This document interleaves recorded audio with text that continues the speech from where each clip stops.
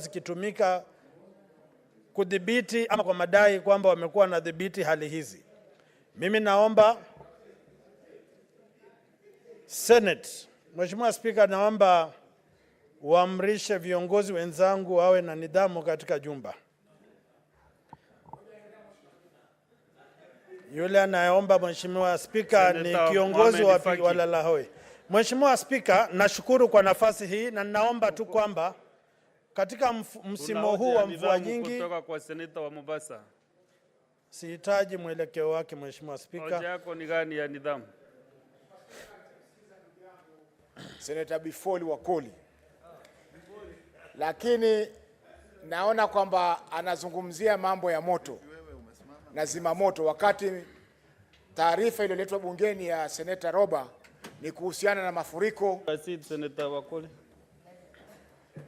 Ni kuzungumzia mafuriko na tabia nchi inavyoathiri nchi zetu na nchi za bonde la kati. Thank you. Kwa nidhamu sijui haijatosha kuwa hoja ya nidhamu. Kwa hivyo endelea Mheshimiwa Wakoli. Ilikuwa ujumbe unafahamishana, sio? Tangu Mheshimiwa Spika.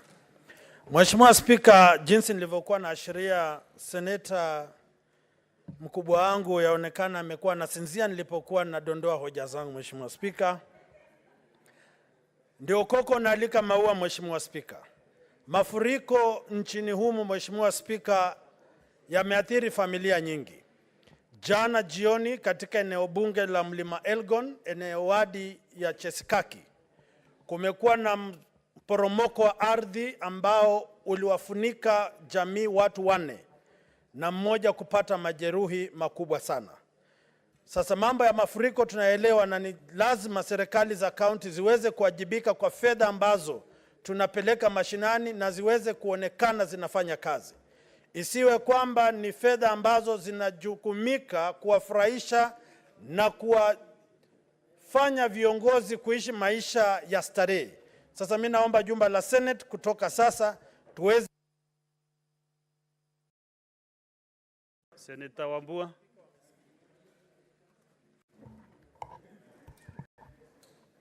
Thank you, the Speaker.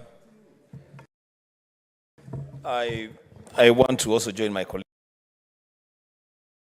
to thank and congratulate Senator Ali Ibrahim Roba for bringing this statement. And just say a few things, the Speaker. The Speaker, first of all, let us agree that climate change is real. And the effects of climate change, the Speaker, are being felt across the region. And that's the point at which, the Speaker, I must heard that expecting that county governments will be able to use the meager emergency funds to respond to effects of climate change is actually courting disaster. The Speaker, I am reminded that just a few days ago, we had a serious landslide in Kiambu, and we lost lives there. Yesterday, continuing today, we have very strong winds in our coasts, and we have lost lives there. So, Speaker, we are reminded of the things that have happened in Naivasha and in Nairobi. We know the situation that is obtaining in Tana River. So, Speaker, there is need for concerted national efforts to deal with this matter in a more proactive manner.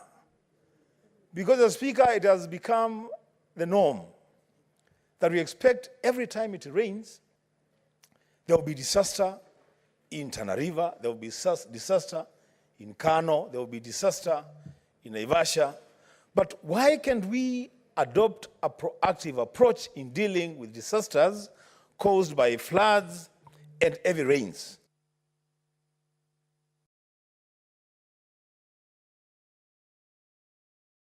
No, I think the timing is, you time after 1 minute, you put land. Just 30 seconds, conclude. Let me, Mr. Speaker, let me conclude by saying that, Mr. Speaker, we have a climate caucus in this Senate led by Senator Moses Kajwang. I want to urge members to join that caucus for purposes of giving more and better direction on how to deal with effects of climate change brought about by heavy rains. I'm told, Mr. Speaker, and I believe it, that in the next 4 months, from June to September, we are going to be having heavy rains at the coast region. What are we doing in preparation to deal with that eventuality when it happens? I thank you, Mr. Speaker. Honorable Senators, you know the traditions of Parliament allow ranking members to be given priority. Now I'm comparing between two senators, Senator Chalagei Samson and Senator Andan Nduro Fatuma. And now I've realized that Senator Chalagei is a junior to Senator Fatuma Nduro. So Senator Fatuma Nduro, you have the floor. The junior can wait.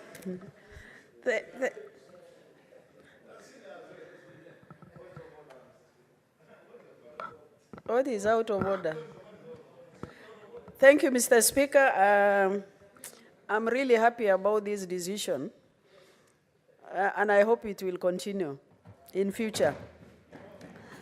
Mr. Speaker, let me thank Senator Roba for this statement.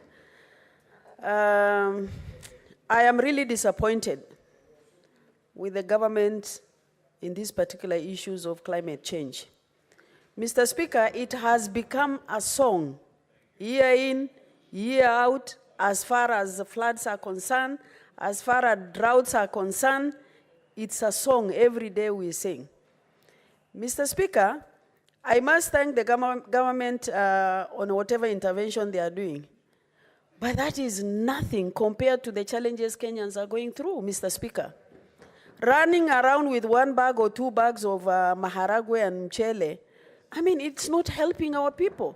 We must have a proper strategy of ensuring, Mr. Speaker, that we have solved this problem once and for all. Kenyans are losing lives. Some of us in pastoral communities, we normally lose animals during drought. We lose animals during rainy season. I mean, we have a lot of challenges. Mr. Speaker, I think those who are actually closer to the power, this time round, Mr. Speaker, they should be able to advise the government of the day that we need a solution. We have children who have not gone to school. We have actually kids who have not paid school fees, and all those schools are left on their own.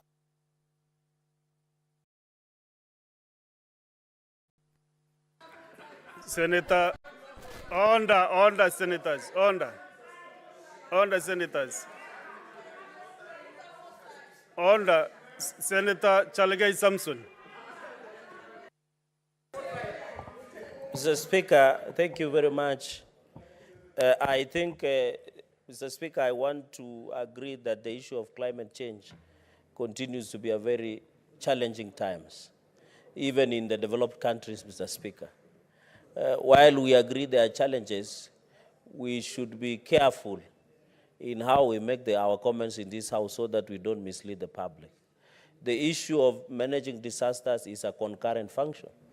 As a Senate, we should be telling the country what our counties are doing in terms of disaster. It's not an exclusive function of the national government. So let us not make comments for political expediency or social media attention, Mr. Speaker, but let us make comments that will assist our people. While we agree there are challenges in implementing, and the government has done largely, you are aware, Mr. Speaker, the PET project of His Excellency Dr. William Ruto, government and Kenya Kwanza government and His Excellency Deputy President Rigathi Gachagua, and Kenya Kwanza government is on the issue of climate change, Mr. Speaker. And the counties must also take their rightful share. 2% of the financial budget to every county goes to disaster mitigation and management, Mr. Speaker. I expect Lands and Environment and Natural Committee and also Finance and Budget to present the reaction and action by county government in terms of mitigating disaster across the region. Mr. Speaker, while we empathize and sympathize with many Kenyans who have lost their loved ones and many we are seeing, we want also to ask meteorological department to be predictable, because we are seeing winds in the coastal region, we are seeing unprecedented level of floods, Mr. Speaker. But I want to assure the nation that through the office of the Deputy President, which has been assigned the role of disaster mitigation and management, Mr. Speaker, senators in this House, you cannot have your cake and eat it, should go back to their counties, Mr. Speaker, in conclusion.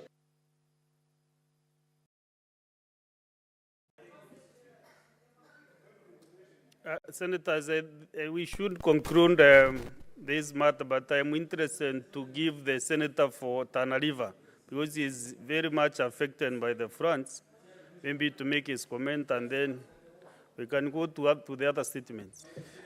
Mr. Speaker, I just want to thank you so much for accommodating me, and I will just be 2 minutes.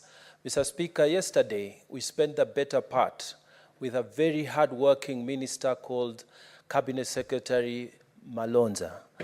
Penina Malonza, Mr. Speaker, toured the entire Tana River, all the 3 constituencies, and we were accompanied by the area members of parliament, distributing food, Mr. Speaker, to various places. So I want to stand here to say that I am very happy with the work that some of our female ministers are doing in the cabinet of William Ruto. Mr. Speaker, as compared to CS Machogu, who has never stepped in Tana River County, I wonder what is happening with the Ministry of Education. We went to several camps, Mr. Speaker, and the minister herself was almost in tears, Mr. Speaker, because at least 30 schools have been swallowed up in the constituency of Garsen alone. In Makere Milelulu, the school is being broken. If you go to a place like Mgarashi, Mr. Speaker, you will find this entire villages, Mr. Speaker, have been buried. But Machogu has never found time to come to Tana River. Mr. Speaker, it is wrong for cabinet secretaries to operate on theory when the country is suffering as it is. So, Mr. Speaker, I take this opportunity to tell Bwana Machogu, please wake up and come to Tana River County. We are suffering and we need the... Senator Mungatana, I'll want you 1 minute, but first listen to me. I'll want you 1 minute. So have your seat, because I want to give you some advice. Of course, Senator Mungatana, you know how to get the CSs in this floor anytime you need them. So I will request that if there are issues in Tana River, kindly make sure that you do a question very fast for the CS to appear before the Senate, so that, because now he has no advantage of coming to this floor. So I might decline that 1 minute, Senator Mungatana, because you shouldn't be attentive to the chair and listen to my advice. So don't mention the CSM, because you have powers to bring him to this Senate. Proceed, 1 minute. Mr. Speaker, I'm just saying, here is a minister who is aware of the disaster, and I'm not mentioning any names. He's aware of the disaster that is affecting the education sector, and he's not bothered to come to Tana River County. And yet, there is another cabinet fellow who is moving day and night, Mr. Speaker, to assist us. So, Mr. Speaker, I am urging that the Ministry of Education should wake up. Our children are having a problem, yes, and they Senator should wake up. What is your point of order? Mr. Speaker, I'm standing under point order number 1. And Mr. Speaker, I just want to plead with the chair that, Mr. Speaker. Sorry, Senator Hedy, do you have powers to exercise under number 1 yourself? To issue courage to, Mr. Speaker. And also under 101 in the speaker, in the content of speech of my colleague, Senator Mungatana. You see, Mr. Speaker, the issue of flood that we are discussing, Mr. Speaker, some of these things, the ultimate interventions lie with the cabinet secretaries, and to some extent what Senator Chege has said, executives in the counties. If we don't call them out on this floor, just because we are waiting for them to be called out during questions, Mr. Speaker, we are doing a disservice to them, not even to us. Because if you don't question them in the laziness that they are having on serious issues that are affecting this country, Mr. Speaker, I'm just requesting you to allow Senator Mungatana to call out these ministers, to call them out Senator for Mungatana, not effectively taking their role in responding to this crisis. Because if you stifle that conversation on Senator Mungatana, Senator Eddie, you have made your point. thank you, Mr. assume Speaker. your seat. Thank you. Senator Mungatana, conclude. I'm concluding, Mr. Speaker, by saying we appreciate the work some of the cabinet secretaries are doing. But we please want to ask some of the other cabinet secretaries who are sitting in Nairobi, please come out. Education, education, education. Please come out and visit and tell us what we shall do with the children who are in camps. Come with canvas, because the teachers are ready. By the way, I congratulate teachers who are working in these hardship areas. They are ready, they have come, but they cannot, you cannot do anything under the circumstances that the children are. We want to ask for the cabinet secretary to use the power and his authority to make sure that those areas that have camps, that the children are having education under at least those matarbales, so that the teachers who are ready to teach can go and occupy these children. Otherwise, Mr. Speaker, we shall lose a whole generation, Mr. Speaker. I thank you. Thank you. Let's go to the statements under 53.1.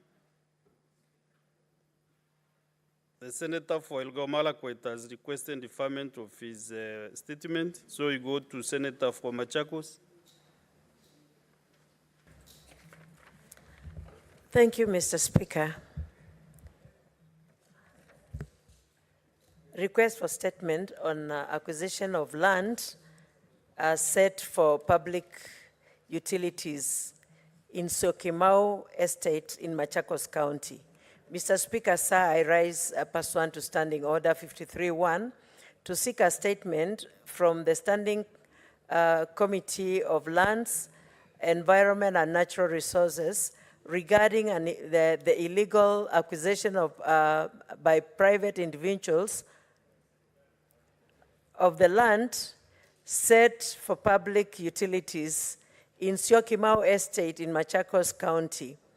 In the statement, the committee should, one, cause an inquiry into the acquisition by private individuals of parcels numbers 12715/190, 12715/267, 12715/207, 12715/255, and 12715/256, 12715/409, 12715/440, and 12715/447, and 12715/700,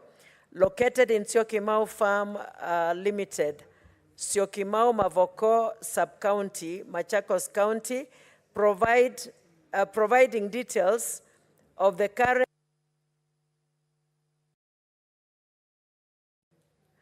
current owners and indicate how they acquired the said parcels of land meant for public utilities.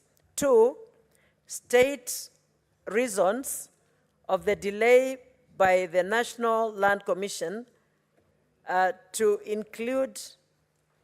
conclude investigation on the disputed parcels and provide timelines for these conclusions? And 3, spell out the plans, if any, by the government to construct public schools and other social amenities in the area.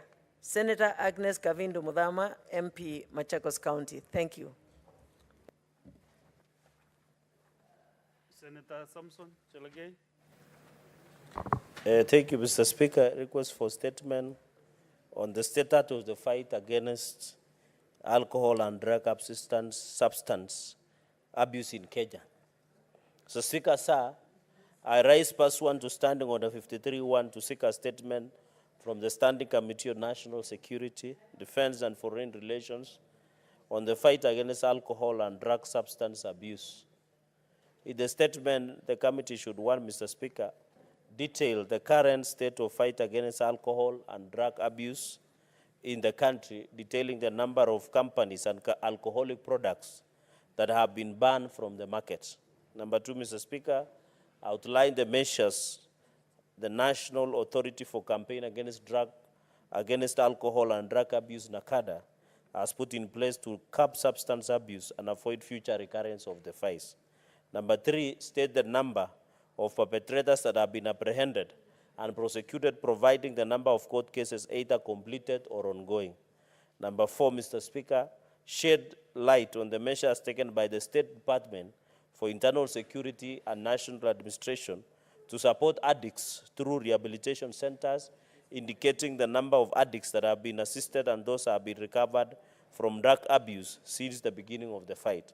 So, Speaker, number 5, disclose which counties are most affected, explaining the roles played by the county governments in the fight against alcoholism and substance abuse. And finally, Mr. Speaker, state whether the ministry collaborated with relevant youth agencies to set youth programs and activities to engage them in positively eradicating drug abuse and alcohol among the young or the youths in this country. I thank you, Mr. Speaker.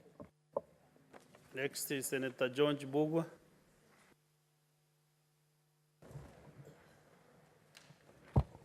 Thank you, Mr. Speaker. I rise pursuant to Standing Order 53-1 to seek a statement from the Standing Committee on Trade, Industrialization and Tourism regarding the status of the tourism sector in the country. In the statement, the committee should, 1, provide data on the tourist facilities that have closed down over the past 3 years and state the reasons for the closure, and 2, elucidate on the performance of the sector over the last 3 years, highlighting investment into the sector and any measures put in place to promote recovery of the sector post the COVID-19 pandemic.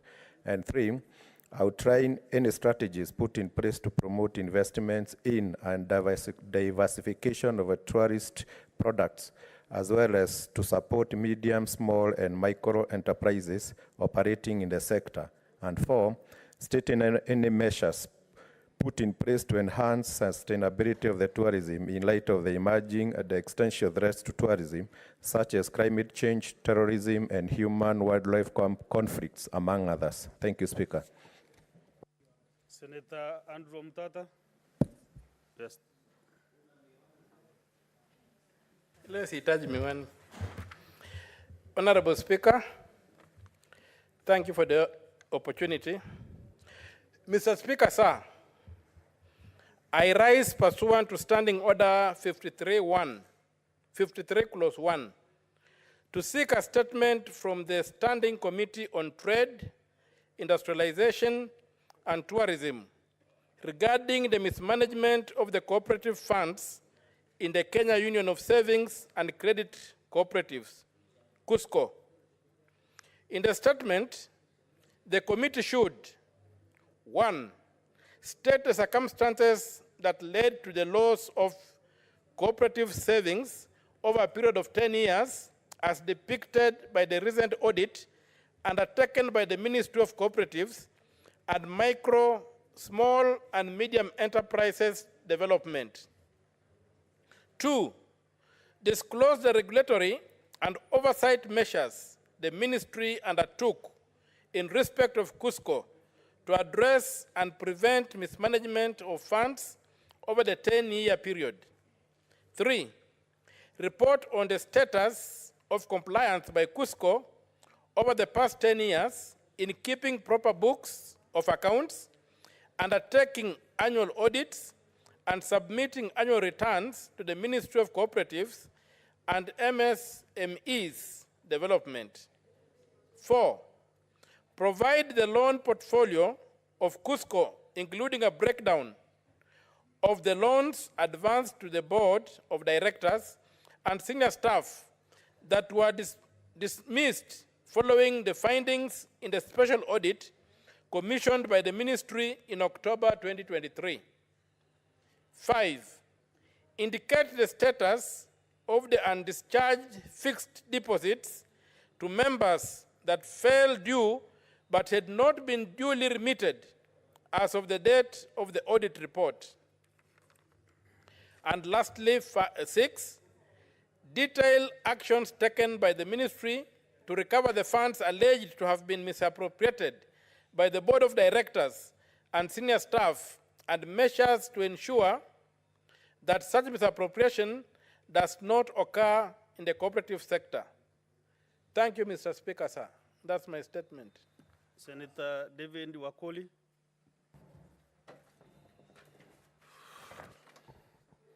Thank you, Mr. Speaker, sir. Request for statement on the current status of staff at Kenya Seed Company headquarters.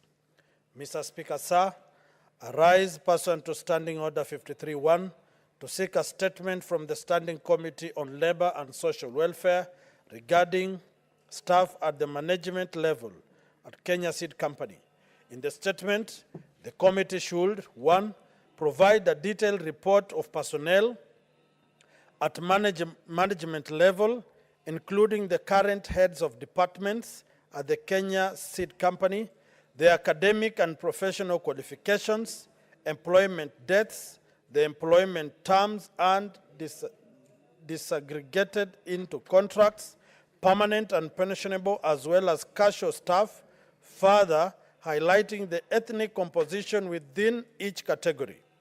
2, state the criteria used for the recruitment and appointment of senior management staff at the company.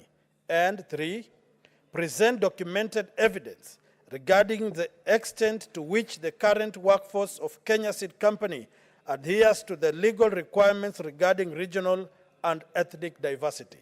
Thank you, Mr. Speaker, sir. Senator Wahome wa Matinga. Thank you very much, Mr. Speaker, for giving me this opportunity. Mr. Speaker, sir, I rise pursuant to Standing Order 53-1 to seek a statement from the Standing Committee on National Security, Defense and Foreign Relations regarding the waiver of visa requirements for persons traveling into Kenya visa-free policy. In the statement, the committee should, 1, outline the regulatory and oversight measures the State Department for Immigration and Citizen Service has put in place to ensure that visa-free policy is not abused and does not pose security risks to the country. 2, provide a statistical analysis detailing the impact of the policy has had on trade, industrialization, and tourism sectors in the country. 3, disclose the total revenue generated by the government since the commencement of the policy on 1st January 2024. 4, state measures put in place to ensure compliance by travelers with the requirements of entry into Kenya. And 5, explain the challenges in operationalizing the policy, such as reiterations from countries that previously enjoyed visa exemptions to enter Kenya and the measures in place to address such challenges. Thank you, Mr. Speaker. I want to give two or three members to make a comment on these statements. I start with Senator Deputy Majority Rinda, Senator Keroche, Tabitha. Yes, Senator Chelge. Mr. Speaker, just an issue of national importance. I wanted to raise under Standing Order number 1, and I beg your indulgence, and Article 41 on labor rights. Mr. Speaker, you remember yesterday, out of your indulgence, I read a statement on junior secondary schools in towns where they are currently on industrial action, wanting to be transited from internship to permanent and pensionable. Reading section, is it 35 of Public Service Act, Mr. Speaker, provides that no one should act beyond 6 months. That is the law, and you remember most of interns have acted more than that time. Mr. Speaker, yesterday I received information, and I wanted your indulgence, since the Chair of Education, Senator Joe Newt, is here, and I wish he would be listening, that you direct, Mr. Speaker, that maybe next week, between Tuesday and Thursday, the Teacher Service Commission and the Cabinet Secretary of Education to appear, because, Mr. Speaker, I'm receiving information that Teacher Service Commission has issued letters, disciplinary letters to show cause to JSS interns who are rightfully undertaking their industrial action as per Article 41 on the labor practices, Mr. Speaker. Yet TSC has gone ahead and issued letters to show cause why. So, Mr. Speaker, I was requesting, because I had read my statement yesterday, your indulgence, that you direct at least the Education Committee should invite the TSC earliest opportunity, even by Tuesday, Mr. Speaker. You have the power. Even I remember in the last session, the former Speaker Emeritus directed a Cabinet Secretary to appear within 30 minutes. So I beg your indulgence. You can hear. They are, I suspect they have come to present their memorandum at the gate of the Senate, Mr. Speaker. If you make a pronouncement on the direction, so that they also, Mr. Speaker, know that Senate is aware that JSS interns are undergoing problems, and TSC should avoid this issue of being draconian. We are not running a dictatorial country, dictatorial country, Mr. Speaker. I thank you. I've heard you, but I'm not aware whether that is JSS interns out there, unless you have a mechanism to know that they are the one who are out there. So I direct that you draft your question, and the secretary to be happy, the office of the clerk, to process your request.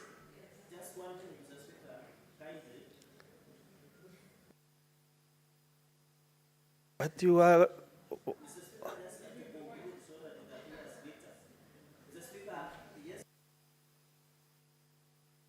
Give him 30 seconds. 30 seconds. Mr. Speaker, I'm saying yesterday, your indulgence, you allow me to read a statement on the issue of JSS. Now, as we were reading that statement, TSC has issued show cause letters to all the JSS interns across the country. So I was requesting, since I had made that similar request yesterday, can you direct the Education Committee to invite the TSC and Ministry at least next week, so that I don't need to come back? I've directed you to do your question, and then the office of the clerk will be very happy indeed to process it with the urgency that it deserves. But to be neater, you need to raise the matter through the official way. Otherwise, even the chair in education was not interested to know what you are talking about. So, Senator Kloche, I requested you to make your comment. Okay, Senator Oloba. Thank you, Mr. Speaker. I would like to support the statement raised by Senator Cherargei on substance abuse and alcohol and the fight against the same, Mr. Speaker. Mr. Speaker, and it's funny that we are even talking, that Cherargei has brought up the issue on the JSS, because, Mr. Speaker, in one of the questions that he's asking is to shed light on the measures being taken by the State Department of Internal Security and in the affected areas, Mr. Speaker. In most of these affected areas, Mr. Speaker, you'll find that even the issues that are being raised or that are making young men to go out and women to go out and drink, Mr. Speaker, is some of the frustrations, including what we are seeing with the JSS teachers, Mr. Speaker. Mr. Speaker, I think we are also not getting the formula right, because in terms of the fight against alcohol abuse and substance abuse, Mr. Speaker, it is just assumed that people are drinking because they have nothing else to do, Mr. Speaker. Mr. Speaker, there's a lot of issues, underlying issues in the community, and I think this statement and the specific pointers that Cherargei is asking, both from NACADA the Ministry of Interior and Security, Mr. Speaker, will shed some light. And Mr. Speaker, as much as we are not speaking about JSS, Mr. Speaker, this issue of the JSS teachers is literally an underlying issue that is being ignored, Mr. Speaker. And the fact that TSC is now trying to put disciplinary measures on people who are coming out to say that there's a problem, Mr. Speaker, I support what Cherargei is saying, that we need to summon these authorities, Mr. Speaker, so that they can come and tell us whether they want to deal with the issue of JSS or whether they want to keep punishing the teachers for coming out to speak up on what they need to fix, Mr. Speaker. And Mr. Speaker, I also support what Senator Mungatana was saying. It's only that you probably did not want to say, but Mr. Speaker, we call upon the Cabinet Secretary of Education to literally, the CS Machogu, to take some of these sentiments seriously, Mr. Speaker, because it is not an issue of whether he's available or not, but every part of Kenya must actually be given priority, Mr. Speaker. Even Tana River County, Mr. Speaker. So, yes, Machogu, Cabinet Secretary for Education, it is time that you wake up and do better. And even this issue of the JSS teachers, Mr. Speaker, if Machogu is not able, Mr. Speaker, some of us, we can step in and assist him. So we are just saying that he needs to take his job seriously, even in Tana River. Thank you, Mr. Speaker. Senator Mutinda, Tabitha.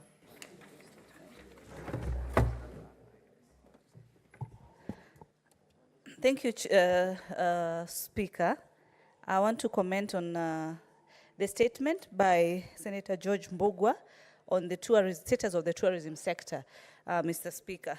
Mr. Speaker, the tourism sector is a sector that brings high levels of income in this country, amounting to close to over 400 billion in this country. But during the COVID period time, we faced challenges as a country and many other countries across the world.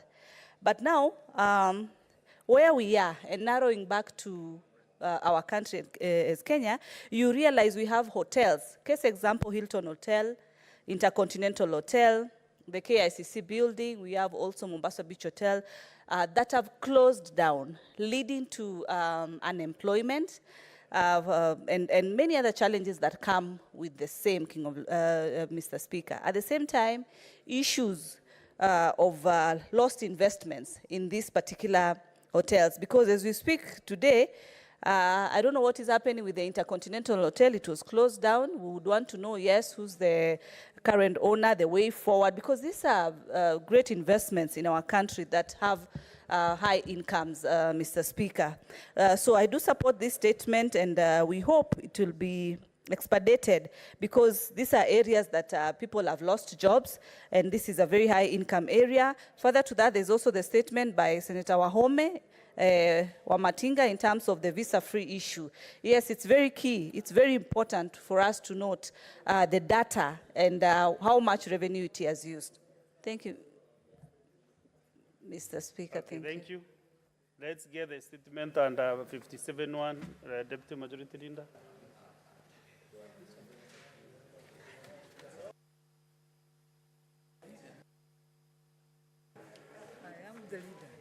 Listen to the leader.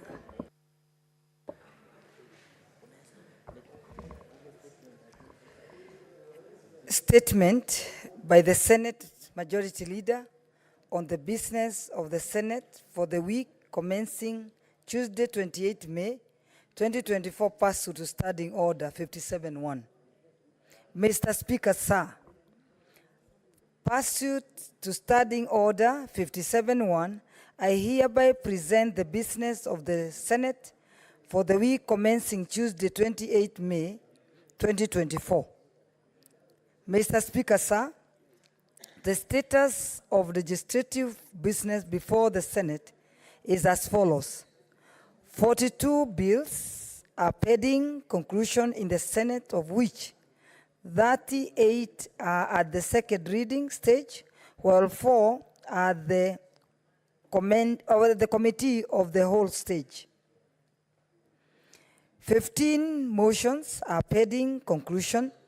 17 petitions are due for reporting by the representing standing committees, and 360 statements are pending before the respective standing committees.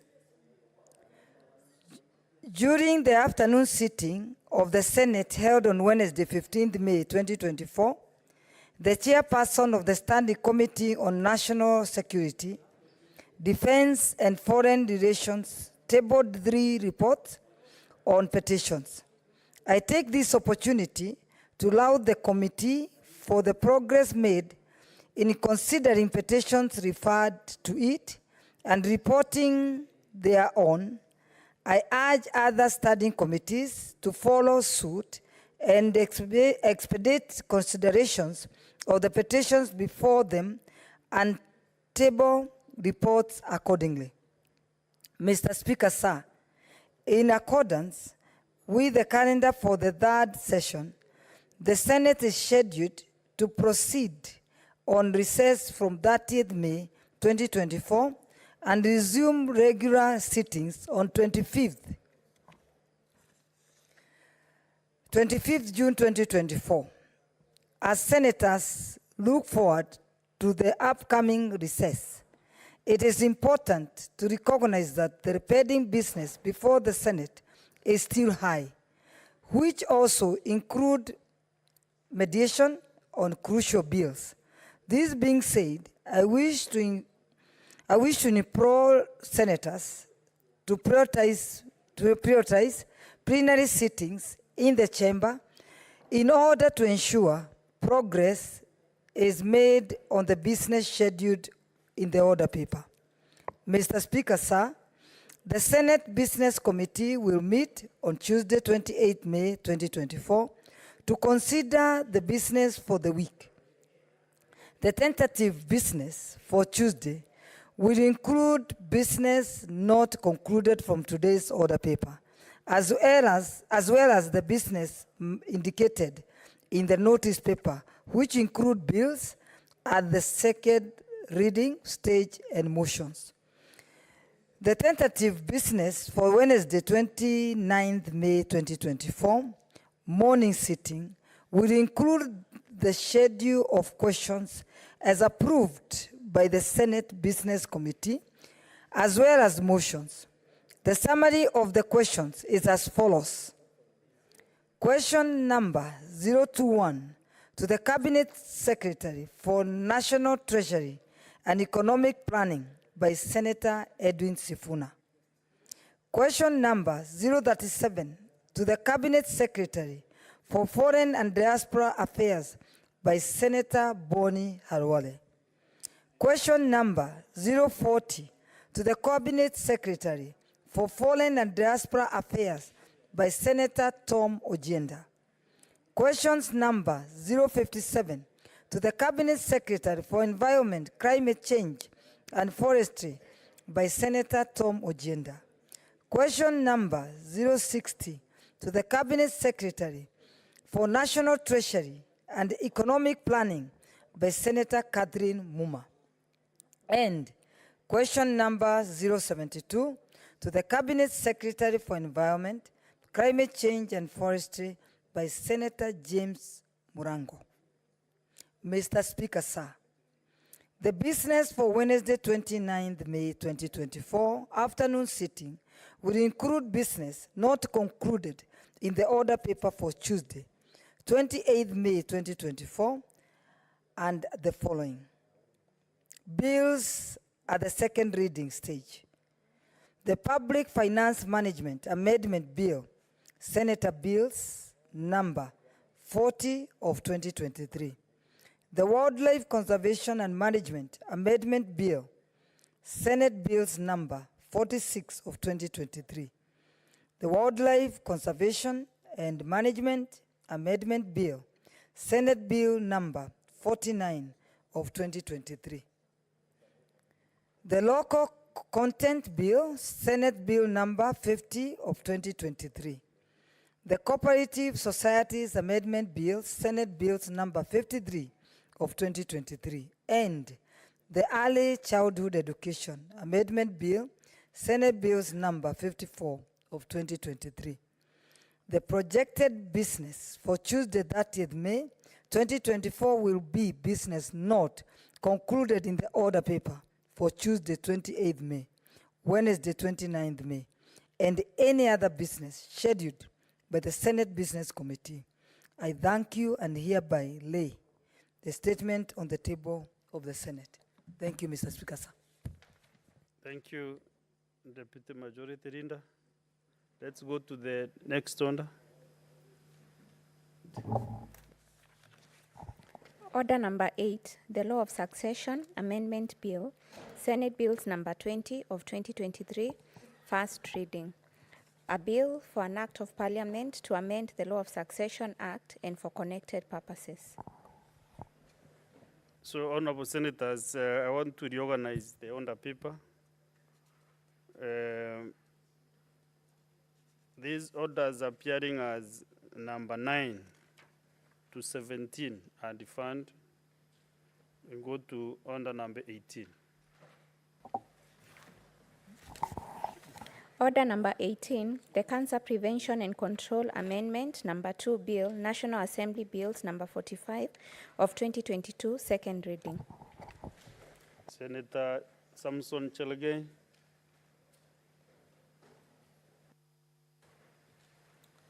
Thank you, Mr. Speaker, for this indulgence to move Cancer Prevention and Control Amendment Bill number 2 of 2022. So, Speaker, all of us are aware that the biggest challenge in this country, Mr. Speaker, is the issue of cancer. If you are not a victim, you are associated with it. And I know a number of members of the Senate during the weekend, either they are doing fundraiser to pay hospital bills, which cancer is one of the expensive, Mr. Speaker.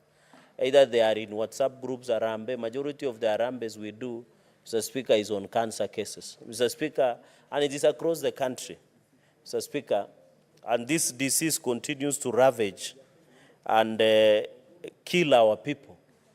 The sad thing about cancer, Mr. Speaker, is it does not only kill a person, but it impoverishes families. There are many families who lose their loved ones and lose resources because it's expensive to treat cancer, Mr. Speaker. I think the reforms in NHIF should give, and I know before we have had a discussion on this, on treatment of cancer across the country, Mr. Speaker.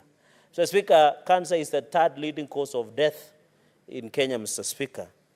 You are aware, for example, in 2020, 42,000 cases of cancer were reported in Kenya. In the same period, 27,000 cancer-related deaths, Mr. Speaker.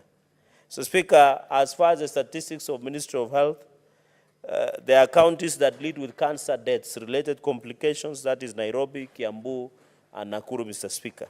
So, Speaker, the challenges in cancer continues to bedevil us in one way or another. Apart from financial distress to the families, Mr. Speaker, it continues to affect us. I know a number of members, even of Parliament, who have diagnosed with cancer and they are on cancer treatment. So, Speaker, cancer eats the body and its resources of a family. Most people travel to India or other developed countries for cancer treatment, and it is millions and millions of shillings, Mr. Speaker. Mr. Speaker, with the modern era of technology, I am aware Jaramogi Oginga Odinga, Mr. Speaker, in 2023, have a pilot project of artificial intelligence that is trying to treat cancer, Mr. Speaker. The essence of this amendment in Section 2, Mr. Speaker, is the import of e-medicine and telemedicine in terms of diagnosis, treatment, and possible prevention of cancer in the country. Telemedicine, Mr. Speaker, means introduction of electronic way of engagement, Mr. Speaker. For example, in my teaching and referral hospital, for example, you go there and you do teleconference through e-medicine and telemedicine, Mr. Speaker, with your consultant maybe in India. And in fact, they can guide the doctors in Moi Teaching and Referral Hospital and also Kenyatta National Hospital and all our facilities, be it Aga Khan, Nairobi Hospital, Mr. Speaker, and this has been done.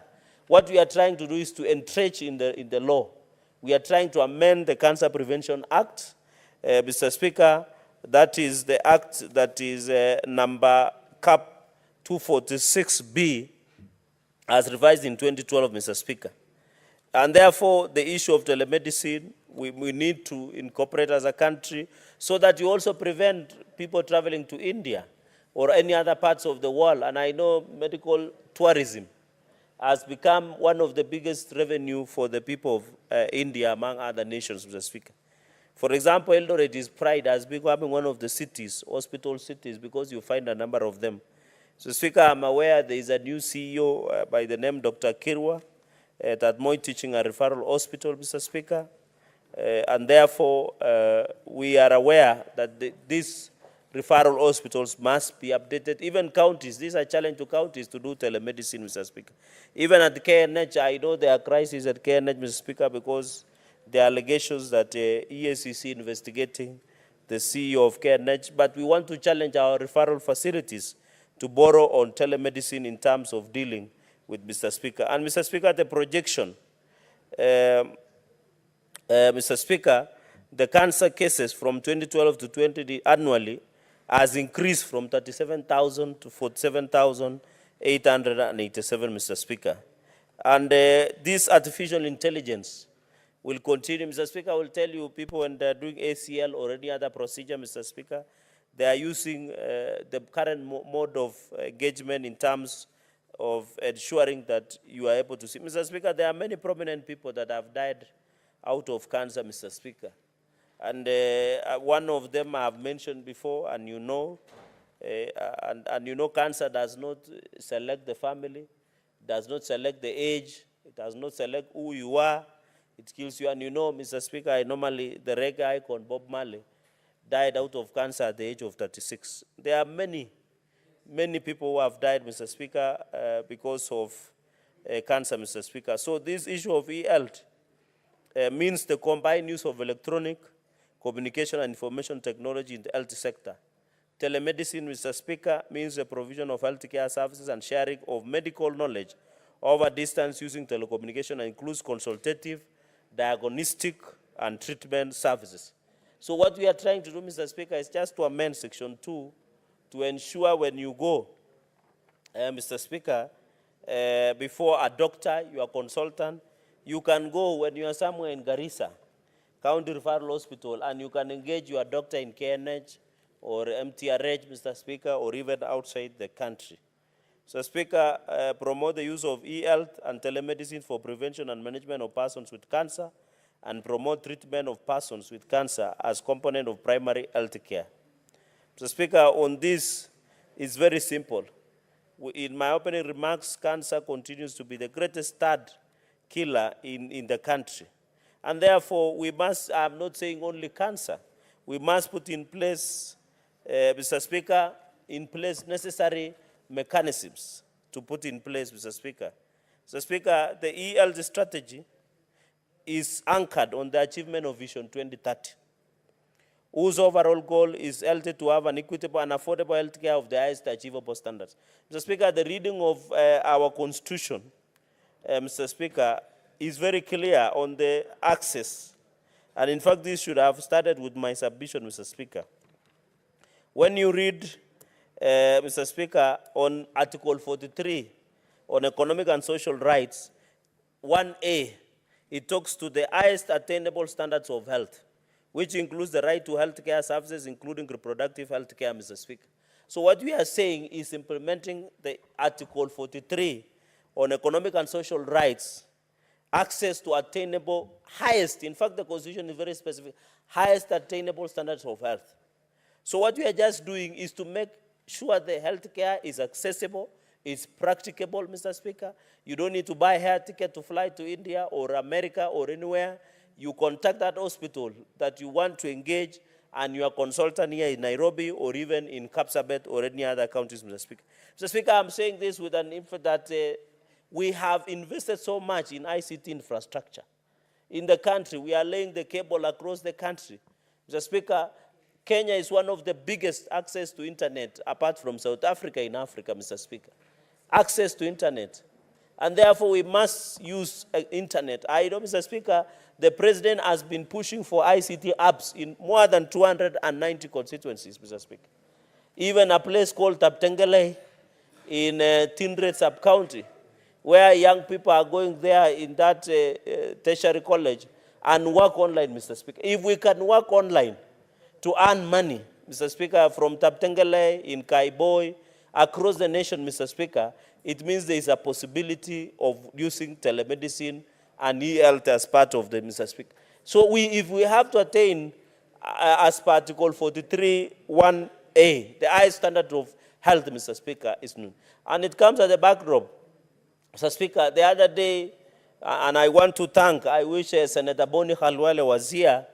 I want to thank the head of public service, Felix Kosgei, Cabinet Minister, Mama Waziri, Susan Akumicha, Mr. Speaker, and a retinue of government officials, including the Cabinet Secretary in charge of Labor, Florence Bore, for ensuring that the issue of industrial action or the doctor strike was amicably resolved, Mr. Speaker. I am aware, and I want to challenge the same team for resolving that issue. I want to challenge the same team that now that, Mr. Speaker, the laboratory technicians are still on strike, Mr. Speaker, and clinical officers. I wish also those issues could be addressed, because at the end of the day, Mr. Speaker, we need human resource to run these hospitals. So the moment human resource within the health sector is in dire strains, Mr. Speaker, and that is a clarion call to Council of Governors, that as they say, in the highest possible point, somewhere in Mount Everest, Mr. Speaker, and we send our condolences to a number of people who have lost their lives while trying to climb Mount Everest without supplemental oxygen. As they try and go to the highest point of Mount Everest and tell the country, you know, health is devolved, they should also walk the talk by ensuring, Mr. Speaker, they look at it, they also address human rights, human resource, and ensure our doctors, our clinicians, our laboratory technicians, our clinical officers are well remunerated in terms of access, Mr. Speaker. So the issue of ICT, Mr. Speaker, will create employment and ensure that there are factors in it, Mr. Speaker. I'll run through because in the interest of time and allow my colleagues to contribute. Mr. Speaker, with the national ICT policy and in-government and e-government strategy, we now have citizen services. E-citizen, Mr. Speaker, nowadays you must apply everything through e-citizen. Are we like the ICT policy, Mr. Speaker? We must use now and ensure that we push in place, because the President is very keen with the ICT labs. Let us use, Mr. Speaker, to also prevent cancer.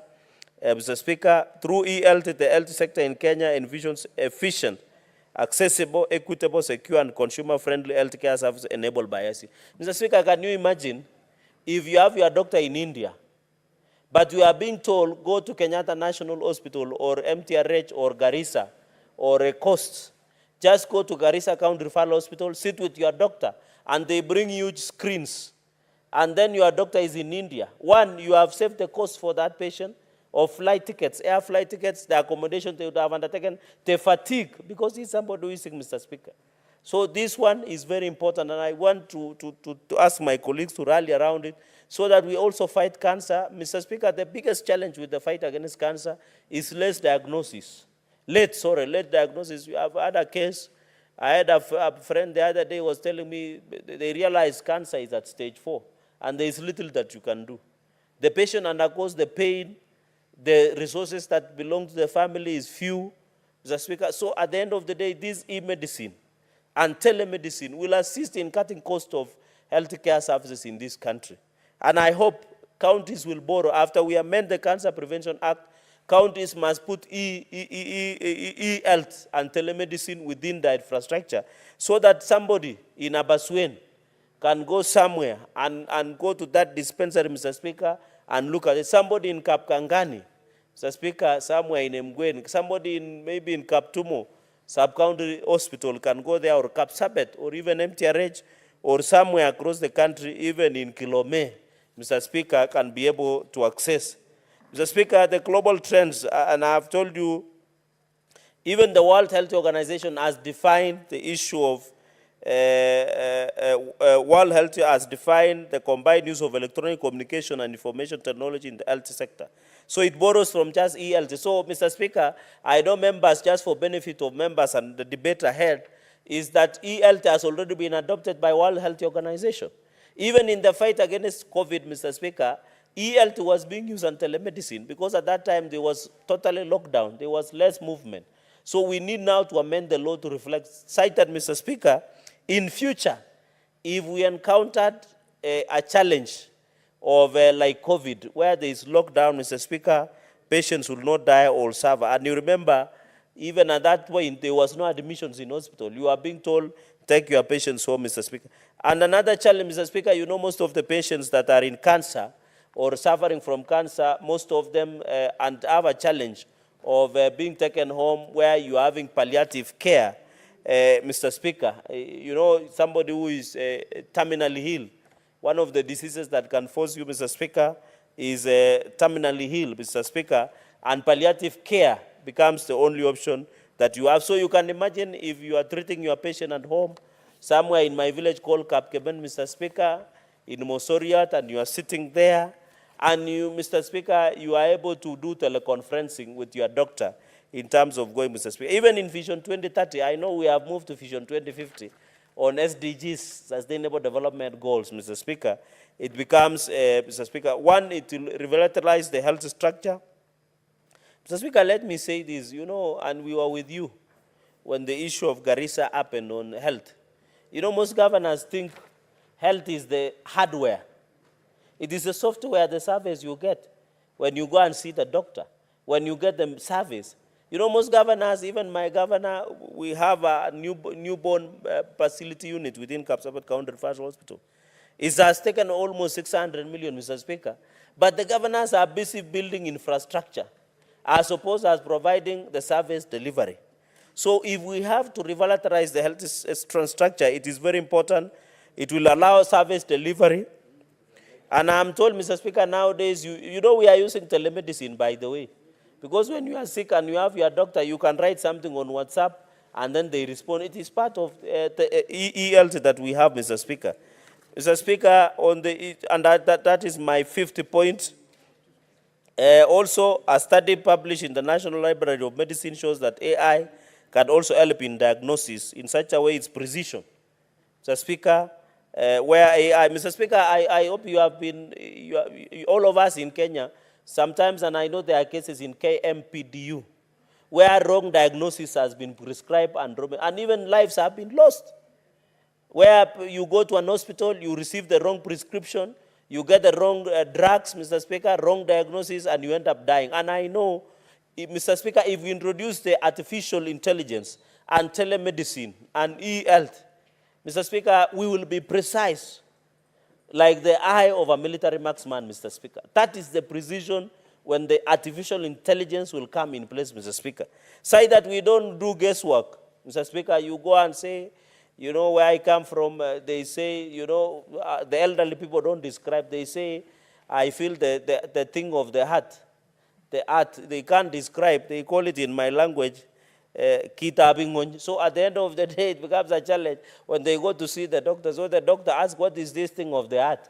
So with the AI, Mr. Speaker, it will ensure there is a military precision. And I'm happy, Mr. Speaker, you are resonating with what I'm saying, because also all of our people will be described. But with the issue of AI, Mr. Speaker, it will ensure we use this precision of a military marksman to ensure, Mr. Speaker, and for us who work sniper movies, we know the essence of precision. When you work sniper movies, Mr. Speaker, in a number of either Netflix or Amazon or any other place, Mr. Speaker. Mr. Speaker, this has been used, in fact, oncology artificial intelligence startup monitor. Mr. Speaker, I request, and I hope the Senator of Kisumu was here, I don't know how far Jaramogi Oginga Hospital has proceeded with the issue of artificial intelligence. I hope the problems that Nakuruwa Memorial Hospital are having would be resolved soon so that we can introduce AI, because I can see my leader is very keen, especially on telemedicine and e-health herself. I hope she is seeing it in terms of service. You know, she's an entrepreneurial lady. Maybe she's asking herself where the money can come from. But anyway, that's a story for another day, Mr. Speaker. This has led to 60% off-duty oncology calls by enabling patients to interact directly with AI-driven system, real-time monitoring. Oncologists assess patient symptoms and be able to interpret, Mr. Speaker. Mr. Speaker, we have, and World Health Organization is encouraging countries to do this. I hope yesterday, Mr. Speaker, you know USAID, as the president is in the US, Mr. Speaker, and I'm happy yesterday, you know, my brother, Senator Sifuna, had asked why part of the delegation of the government was in the country. But you know, in our culture, you leave the son or the daughter you trust to take care of the home. You don't go with them away. But Mr. Speaker, curiously, and I would have wished Senator Sifuna was here without prejudicial of standing under 101, I saw yesterday Azimio issued a statement that they are also part of delegation that go to the US. And I've seen minority leadership. They are saying bipartisan in that team, Mr. Speaker. So but I can see, I'm aware Senator Sifuna is in the country. So it also reflects on his standing within his own party. But that is a story for another day, Mr. Speaker.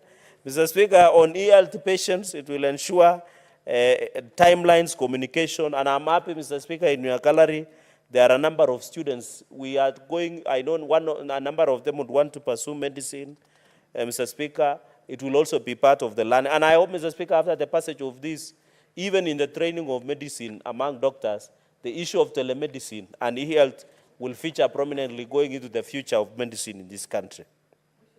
Mr. Speaker, some of the key results of the foremost common use M-Health or mobile health, the one I was using, Mr. Speaker, the another issue is telehealth or telemedicine, where you call your doctor and tell what you are feeling. It's called telemedicine, Mr. Speaker. Used to associate with computing, big data, and security, Mr. Speaker. Mr. Speaker, these stakeholders continue to be involved in many of the issues that we continue to have a challenge, Mr. Speaker. And the knowledge, and I hope, you know, when changes come to a sector, Mr. Speaker, there is always resistance. I hope the medicine world, especially in Kenya, will be ready. We are not taking away the role of anybody, Mr. Speaker, but we are ensuring that we are there. Mr. Speaker, the issue of, from the National Health Survey, and I have indicated this, can you believe, Mr. Speaker, in 2021, 37.5% were using telemedicine in 12 months. All of us use, even me when I'm unwell, I call my doctor, I'm feeling this way. That is what we call telemedicine. And many Kenyans are using, 37% of the people who are using, Mr. Speaker. In fact, among women, I don't know whether women care about their health so much. Telemedicine use increased with age. And I think as you get older, you become keen. You also choose what you eat. You start eating less sugar. Mr. Speaker, you know, with the issue of nutritionists, you know, you are being told, don't take a lot of sugar, take a little salt, don't take a lot of meat, don't overdrink the other stuff, hard stuff.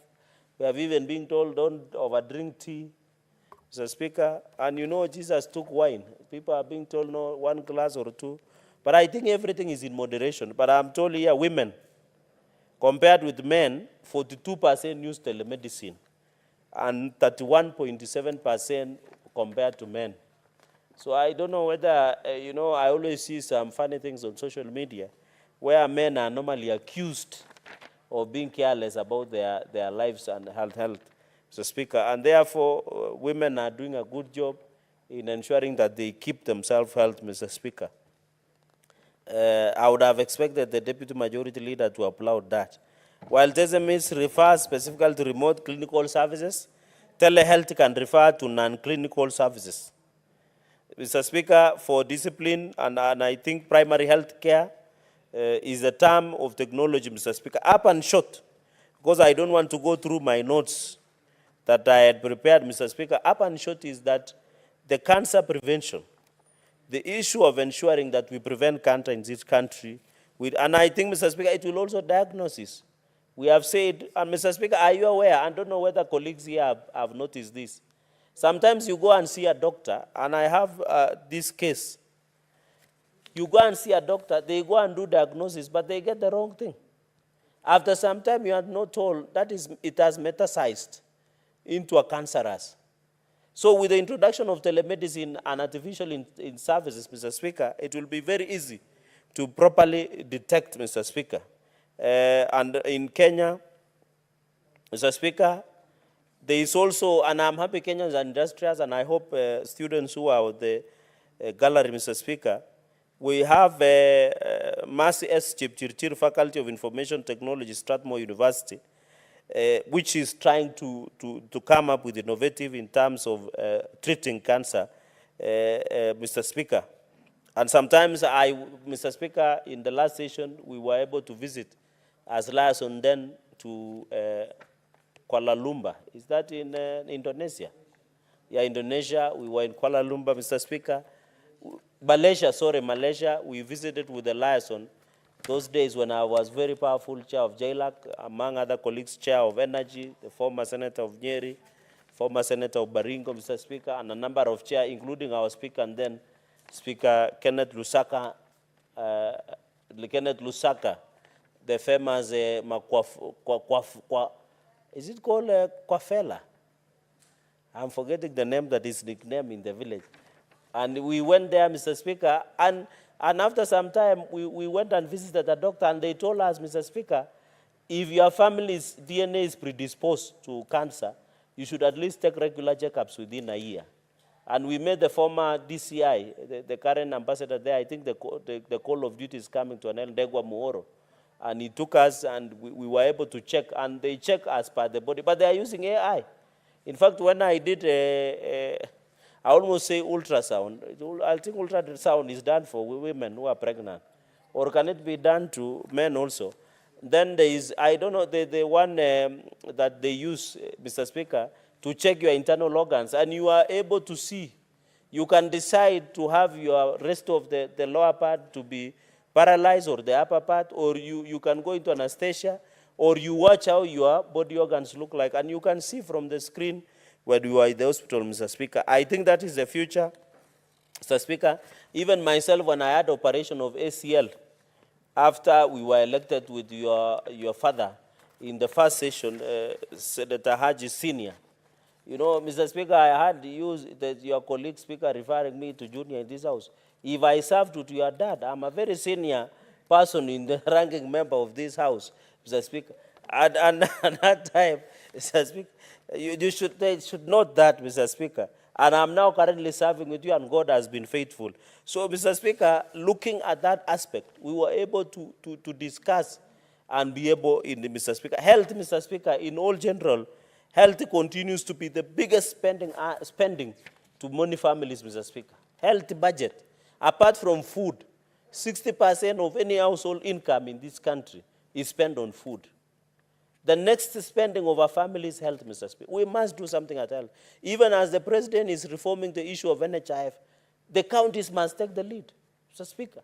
You saw my county, allegedly, instead of counties becoming a source of protection, Mr. Speaker, somebody was attempted rape within Kapsabet County Referral Hospital. Where will our women and girls run to? You also, allegations of sexual offenses in your hospital at Kapsabet, Karisa County Hospital, Referral Hospital, Mr. Speaker. And in fact, Mr. Speaker, we have been fair. We have amended Facilities Improvement Act to allow hospitals to spend at own source revenue there.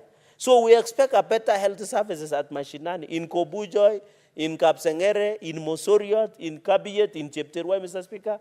We expect even in Marmanet, in Keringet, Mr. Speaker, in anywhere, even in Karisa, because now counties don't have a reason. We have given them to spend under Section 2122 of the Facilities Improvement Act that the President signed in 2023. So they will not say there is no fuel for ambulance. Because in Nandi, you have to pay 2,000 or 5,000 to get an ambulance to be taken to referral hospital. You go to the hospital, you have been told there is no medicine. But now we have given them to collect through cost sharing and spend at that point, Mr. Speaker. Mr. Speaker, finally, on the amendment of the Institute, this cancer, the Institute shall collaborate with the National Government Department responsible for health to promote training of human resource for oncology services. Mr. Speaker, you have seen the challenge of IFIMIS. You know, I've had a privilege of sitting in public accounts for some time now. When IFMIS and IPPD was introduced, most counties are grappling with it. And that is why Ministry of Treasury has been able to put in place necessary mechanisms for training and capacity, Mr. Speaker. So this one, in this institute, the reason we are amending Section 31, Mr. Speaker, is to create a bipartisan, Mr. Speaker. I agree that health is devolved, Mr. Speaker, but also we must ensure as we devolve health, Mr. Speaker, is we need collaboration, because in as much as national government, and you can see the fourth schedule, the work of the national government is standard policy and standards that is being passed. The soft part is for national government. But the real deal of implementing the issue of health services, Mr. Speaker, is on the aspect of national government. So, Mr. Speaker, I want to call my colleagues. No one is clawing back devolution, because I know people will be asking, why are you saying you collaborate with the national government? Because they have capacity. We have referral hospitals. They have money. They set standards, Mr. Speaker. Mr. Speaker. And therefore, Mr. Speaker, on this cancer prevention amendment, I just wanted to do a lot of, I know I'm not an expert in this field, but I felt that the issue of cancer prevention control should be an issue. Mr. Speaker, we want to ensure that as a country, we speak the language of the people who continue to suffer, violating Article 43 because of cancer. Cancer is a dangerous killer disease that we must put concerted efforts as a country and proper resource, human resource, infrastructure, Mr. Speaker, going to the future. I have told you one of the icons that I normally celebrate, Mr. Speaker. You can imagine at 36, Bob Marley died out of cancer. If today he was still alive, what would be say, apart from singing One Love, apart from singing so many? I think Peter Tosh, if I'm right, also died because of cancer-related complications, Mr. Speaker. So, Mr. Speaker, we must, as a country, ensure, I know our artist here, Senator Crystal, is excited that I know music.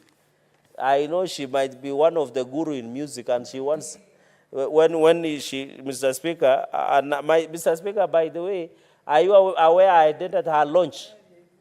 Are you aware I attended her launch at Ngong Road when she was launching one of the best albums, Mr. Speaker? But I want to encourage her, since I'm a fan of reggae, he should start singing reggae so that some of us can listen to Rastafarianism. Okay, do you want to be informed, Senator Cherargei? Yes. Yes, Senator Crystal Asige. Thank you very much, Speaker, for this opportunity to inform Senator Cherargei of a fact that he may have not been aware of before this moment, which is, Chair, that yes, as an award-winning musician myself, I have many albums and many songs that I have composed and produced, and it will be of great enjoyment, perhaps, for the Senator to know that one of my upcoming albums will be a reggae album. And I would hope that he would also attend that launch of that particular album. And I will be inviting any member of parliament who enjoys reggae music, because we cannot stop reggae music. I appreciate it. Mr. Speaker, that was useful information. Mr. Speaker, I hope I have attended. I'll also be able to attend, and I want to encourage colleagues. No one can stop reggae. I know people of BBI use that one, but the BBI was stopped, but not reggae, Mr. Speaker. reggae is a way of life. The BBI was stopped, but reggae was not stopped, Mr. Speaker. So reggae will continue. I hope to listen to that album when you will be launching. And I hope Senator Mwenda Kataya, who is used to listening rumba and Kanda Bongo Man songs, can be able to attend, so that we can teach him the way of Rastafarianism, Mr. Speaker. And people who listen to Kapuka and many other songs. Mr. Speaker, yes, of course, we are aware it has not stopped, Mr. Speaker. You know, Senator Kataya Mwenda Mwofire listens only to Kanda Bongo Man and rumba songs, but we want to encourage him. You know, there are people who listen to Kapuka, there are others nowadays that they will listen to major songs. This major, there is a young man that normally sings, Mr. Speaker, I know Senator Crystal understands. And in fact, your visitors, Mr. Speaker, also in their generation have how they listen to their songs, Mr. Speaker. It becomes also, it behooves all of us, especially with the era of TikTok. And I hope, Senator Crystal, you will share your presentation on TikTok and social media so that we can listen. You know, this generation, Gen Z, only listen, who are seated up there, only listen through TikTok. Your Facebook, I'm being told it is over. Mr. Speaker, the aspect I'm trying to conclude in the issue of Cancer Institute is we must ensure we give necessary resources, Mr. Speaker, going into the future. We put resources through Cancer Institute, but I'm hesitant, Mr. Speaker, do you know this issue of boards continues to be a problem, Mr. Speaker, continues to be a problem in terms of boards. But my only concern, Mr. Speaker, let us ensure we put in place Cancer Institute, we give resources, Mr. Speaker, and ensure that in the partnership, and I know there is many funding, Mr. Speaker, in terms of partnership, Mr. Speaker, we ensure, Mr. Speaker, that we put enough resources as per aspiration of Section 31. Because when you read the reading of Section 31, Mr. Speaker, this Cancer Institute is very critical. Because we want to do research, Mr. Speaker. For example, in Bomet, or I don't know whether it was Bomet, people were alluding that some of us who drink mursik that is mixed with some, and I know Senator Ezena understands, that we drink, it is called mursik, mala. They sometimes mix with a special tree, and people have been saying, you know, there was an argument, Mr. Speaker, saying areas where people drink tea. You know, the other day we were celebrating International Tea Drinkers. Not drinkers, International Tea Day. The temperature sometimes is too high, maybe it's causing throat cancer. So we need Cancer Institute to tell us why, for example, Kiambu, Nairobi, and Nakuru, where Senator Deputy Majority Leader comes from, is leading in cancer, so that we don't create wrong perception. Why is it so the Cancer Institute must be given necessary resources to do the research, so that we understand why we are losing over 27,000 Kenyans every year through cancer, Mr. Speaker. Why is it so? How do we ensure that we put place, Mr. Speaker? That is the Cancer Institute. When you look under Section 31, Mr. Speaker, you know, Mr. Speaker, this is one of the Mr. Speaker, technical subject. So we must put more resources to Cancer Institute. And I want to challenge, Mr. Speaker, National Assembly, as they appropriate budget for ministries. The reason, Mr. Speaker, and I want to say this passionately, the reason Senate today wants 415 billion to be added to counties, against 390-something that was proposed National Assembly, is to have enough resources to fight cancer in our villages, Mr. Speaker. Our people are painfully suffering. Yet out of 4.2 trillion Kenyan shillings, only we are requesting for 415 billion to go to counties to assist in the provision of healthcare in this republic. Mr. Speaker, I want to challenge, and I'm happy, I have seen a number of mediation committee members, that they should not move an inch, but ensure that 415 billion is in place, Mr. Speaker.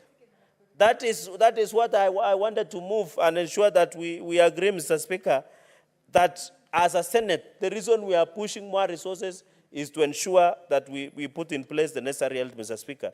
With very many remarks, and I want to say, I know I have 1 hour, I know I still have 30 minutes to go, but I want to end there and allow my colleagues, Mr. Speaker, to also be able to contribute. This is, I expect all senators, and I'll be patient to listen, on the issue of cancer prevention. Mr. Speaker, the issue of cancer is a serious problem. When you go to Kisii, where Senator Gloria Orwoba comes from, I can assure you Senator Gloria Orwoba might be in 50 WhatsApp groups fundraising for cancer pensions or any other. So, Speaker, with those very many remarks, allow me to invite the Vice Chairperson of Senate Finance and Budget Committee and Nairobi delegation, Senator Tabitha Mutinda. I know there were many Tabitas, but the one and only Senator Tabitha Mutinda to second. I thank you, Mr. Speaker. Senate,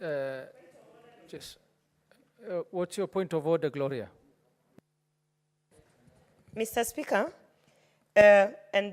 Standing Order 1, I just want to pass information, Mr. Speaker. This is a very important bill, and we probably are supporting it, Mr. Speaker, but we have highlighted the issue of our order paper, always prioritizing bills from the National Assembly when the senators who are sitting here have so many bills that are pending and that are being queued, Mr. Speaker.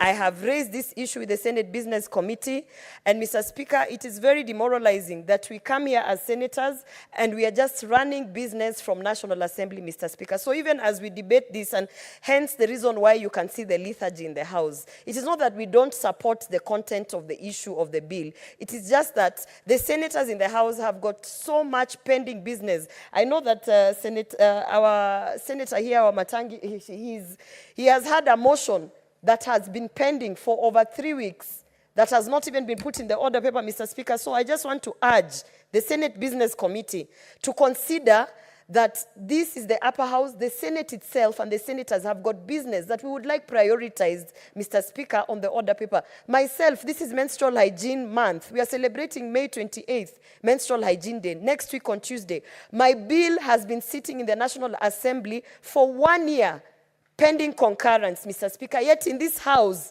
we are prioritizing the National Assembly business, Mr. Speaker. I just want to put it out that it is not that we don't support this, but it is disappointing for members, and hence even when we were trying to tell Cherargei to cut short his comments, it's because it is a bill that we would like to discuss after we have prioritized our bills in the Senate, Mr. Speaker. Thank you.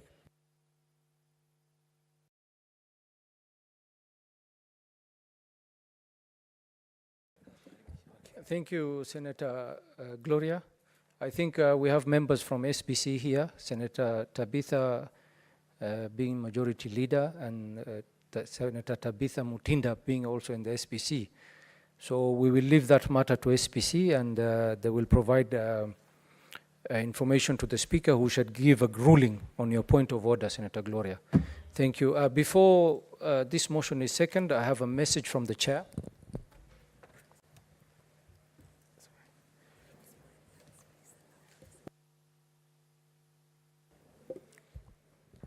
Honorable Senators, in the public gallery, we have 156 students and 3 teachers from Moi High School, Eldoret in Uasin Gishu County, who are undertaking an education visit in the Senate.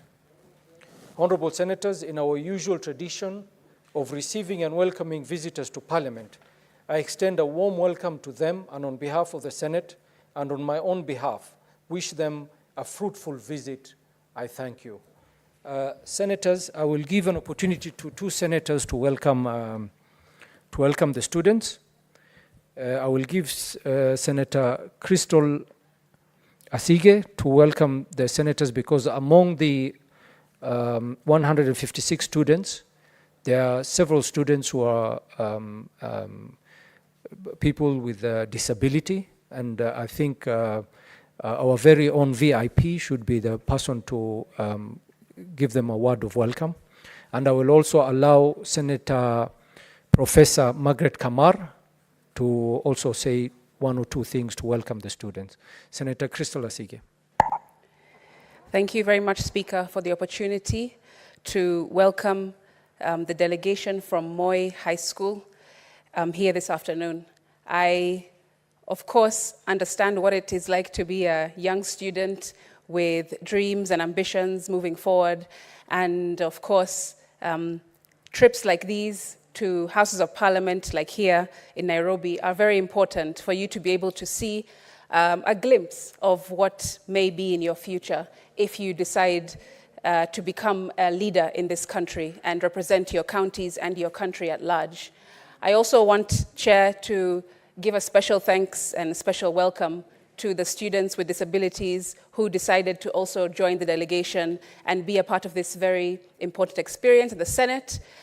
To them who are here, our learners with disabilities, I am the senator in the Senate that represents PWDs, women and youth, because I am all of those three things. I'm a PWD myself, visually impaired, I'm a woman, and I am a youth, just like some of you are. And I just wanted to inform them that I have several bills with you in mind specifically so that your futures can be ensured as inclusive and as equitable as possible, so that you don't have to struggle like I had to struggle when I was a learner at your age in Mombasa County, trying to fight discrimination and stereotypes and non-inclusive environments so that I can at least get an education and come to this place where I am today. I have the PWD bill, which I am sponsoring. I have the Learners with Disabilities bill, which I am sponsoring with my colleague behind me, Senator Kamar, and the Kenyan Sign Language bill as well that I'm sponsoring. And I hope you will be able to engage with those bills, even though they might be a little bit complicated with the language, but your teachers will definitely support you in trying to understand what they will do for you in future once passed by the executive. So I thank you again. Welcome to the Senate. And remember, especially to the PWDs in the group, that this mountain has been given to you so that you can show others that it can be moved. So feel encouraged and pursue your education with everything that you have, because you never know what is in the future. I thank you. Thank you, Senator. Senator Professor Kamar. Thank you, Mr. Speaker, for giving me the opportunity to welcome the girls from Eldoret. Mr. Speaker, I'm an old girl of Moi Girls Eldoret. I was in Moi Girls when it was Highlands. That was 1977, 78, before their mothers were born. And I want to encourage them that the sky is not the limit when it comes to education. I want to congratulate them first for getting the opportunity to go to that wonderful school. I have interacted with your teachers, and I know that you are set for higher grounds. Moi Girls, like the Highlands, which was before, has produced leaders, has produced professionals of all kinds. So you have the opportunity to be anything that you want to be because of the way that school has been designed. You have a swimming pool for relaxation, but more than anything, you have wonderful houses. I was in Circuit myself, and I want to encourage you to use every minute that you are in school. Girls from that school, Mr. Speaker, are girls who wake up and run. They don't just walk. They run when they don't lazy themselves, and I want to encourage them that any behavior that you calculate in high school follows you for the rest of your life. I am here as an example that when I got molded in high school, I became who I am. So I want to encourage you that you can be anything. You can be a member of parliament, like I was. You can be a senator, like I am today. You can be a minister, like I was. So you have everything. Those of us who are alumni of that school are proud, and we want to encourage you and your teachers to push on, and you have what it takes to be the best. Thank you for coming, and thank you, Mr. Speaker. I welcome them on behalf of my colleagues. Thank you. Thank you, Senator Professor Kamar. Seconder, you can move.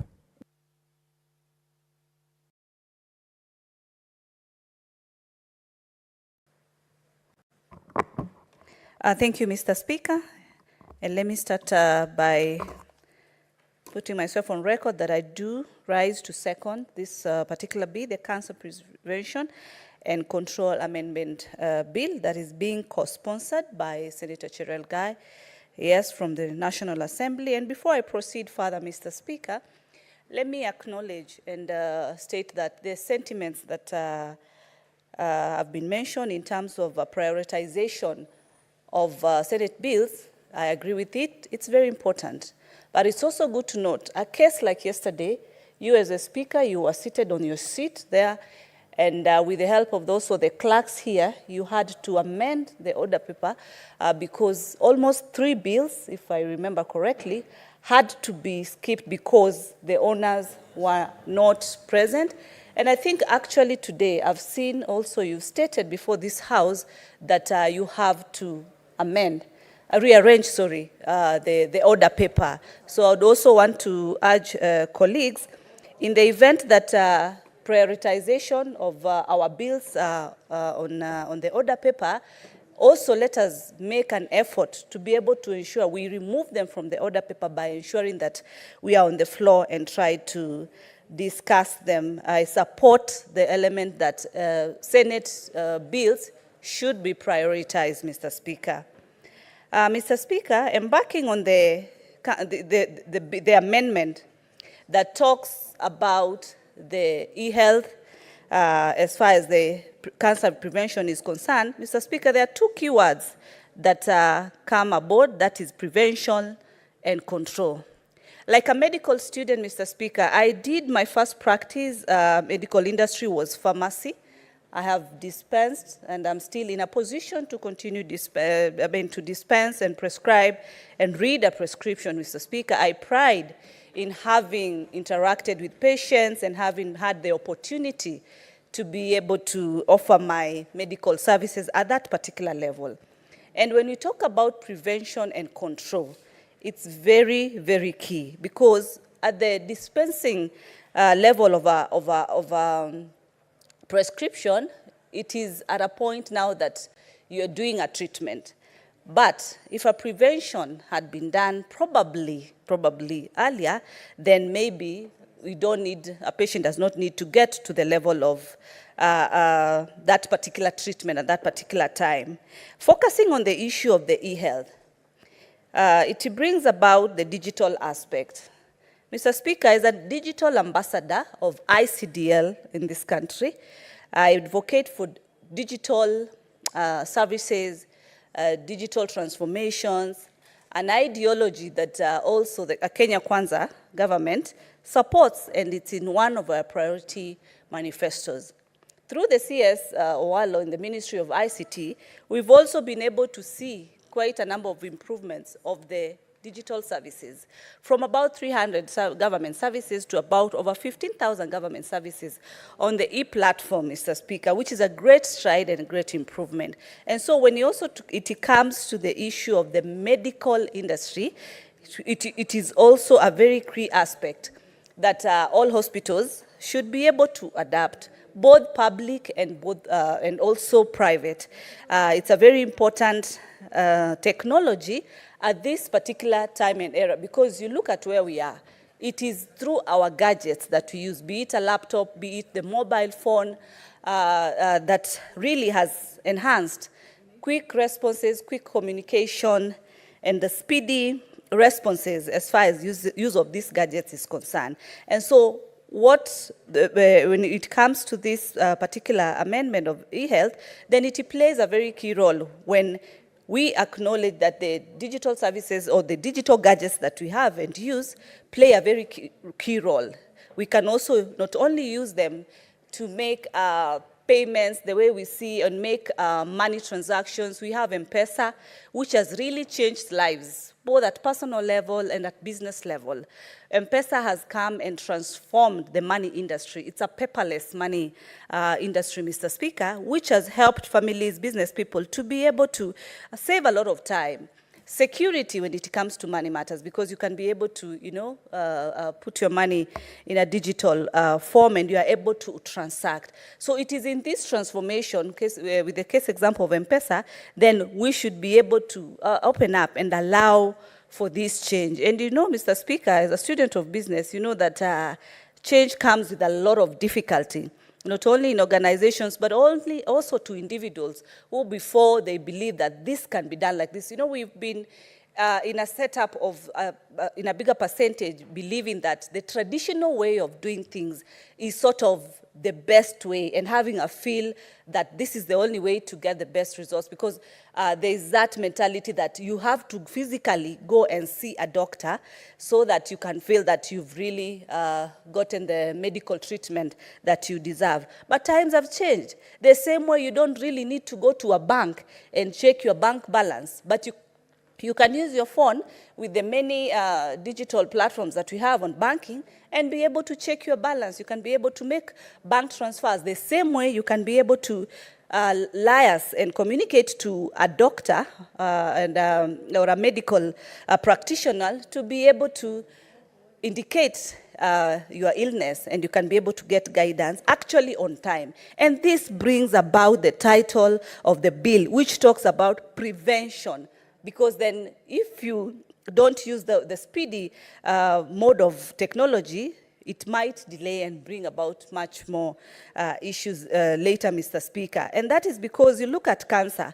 Cancer, Mr. Speaker, comes in different stages. There's stage 1, there's stage 2, stage 3, and stage 3 and 4, which are very, very critical, and they're said to be the stages that you're almost at your final stages. But if you are able to note the issue of cancer at an early stage, then it becomes easier to be able to get medication at an early time. Or even if you've not really have the cancer cells, but at least you can be able to know, then how do I prevent in the event that you have symptoms that are sort of leading or showing that this could be the case. And if it's not the case, then you're in a position to be well advised medically on how to prevent this particular disease, Mr. Speaker. So in matters of technology and e-health, as far as technology of ICT is concerned, is very critical. And I want to urge